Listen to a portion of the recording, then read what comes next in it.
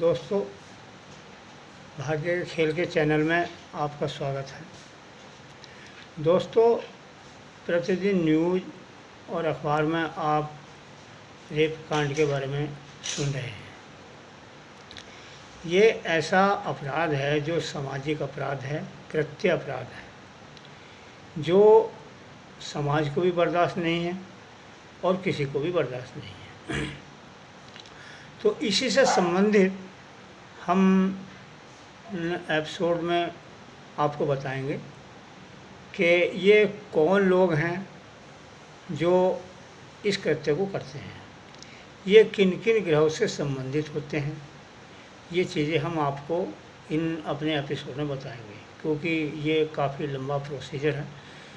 वैसे हम छोटे एपिसोड बना रहे हैं, लेकिन इसको विस्तार से बताने के लिए हमें थोड़ा टाइम लगेगा। हमारे लगभग 3-4 एपिसोड में हम आपको इसकी पूरी जानकारी दे पाएंगे।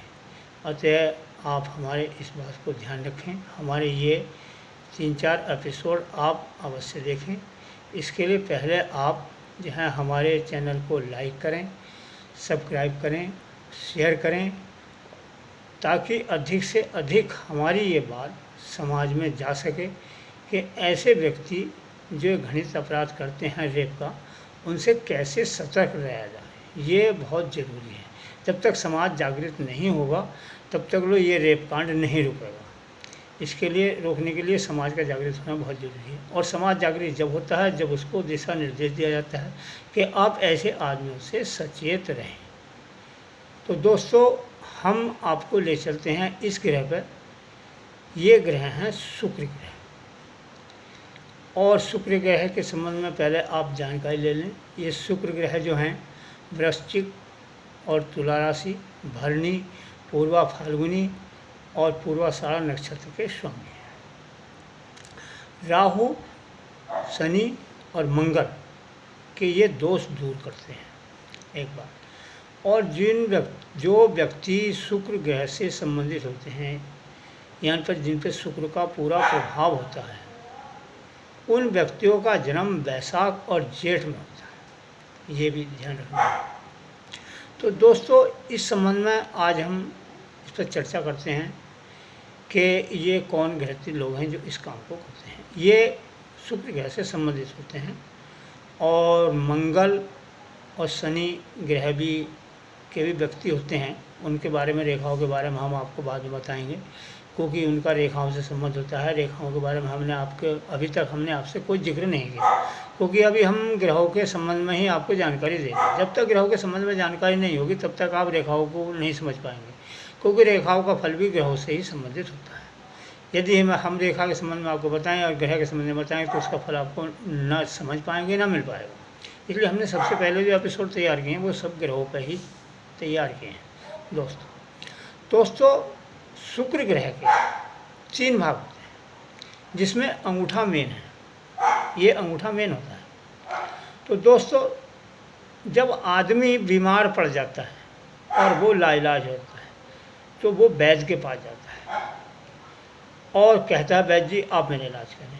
तो वैद्य जी क्या करते हैं, यानी कि हमारा जो ये शुक्र ग्रह है, इस पर अपना अंगूठा रखकर दबाकर जो है वो नाड़ी परीक्षण करते हैं। यानी कि ये जो शुक्र ग्रह है हमारा, इसके नीचे एक रक्त थैली होती है, जिसके द्वारा सारे हाथ में रक्त प्रवाह होता है। चाहे अंगूठा हो, उंगली हो, हथेली, कहीं भी सारे में ही रक्त का प्रवाह होता है।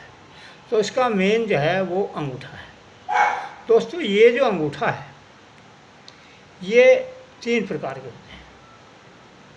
पहला अंगूठा होता है सात्विक, जो हमारी जो अंगूठी है तर्जनी, ये जो हमारी अंगुली है तर्जनी, इसकी प्रथम पौर से थोड़ा सा नीचे रहता है। ये अंगूठा होता है सात्विक। ये यानी कि लंबा, पतला और सुडौल होता है। ऐसे व्यक्ति बुद्धिमान और चतुर होते हैं।